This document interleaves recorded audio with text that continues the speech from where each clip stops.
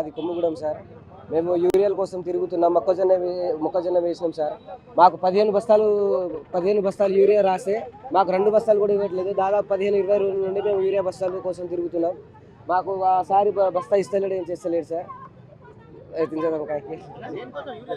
Urea మొక్కజొన్న తోట sir. మొక్కజొన్న తోట యూరియా కోసం వచ్చినాం సార్ మేము.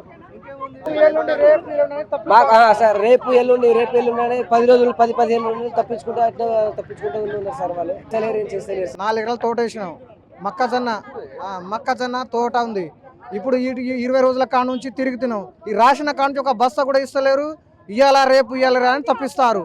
కానీ ఇవాళ రేపు అంటే మళ్ళీ నిన్న 4 గంటలకు వచ్చినాం, ఇవాళ 4 గంటలకు వచ్చినాం, ఇస్తలేరు అని ధర్నా చేసినాం. 15 బస్తాలు కానీ రాసిండు సార్.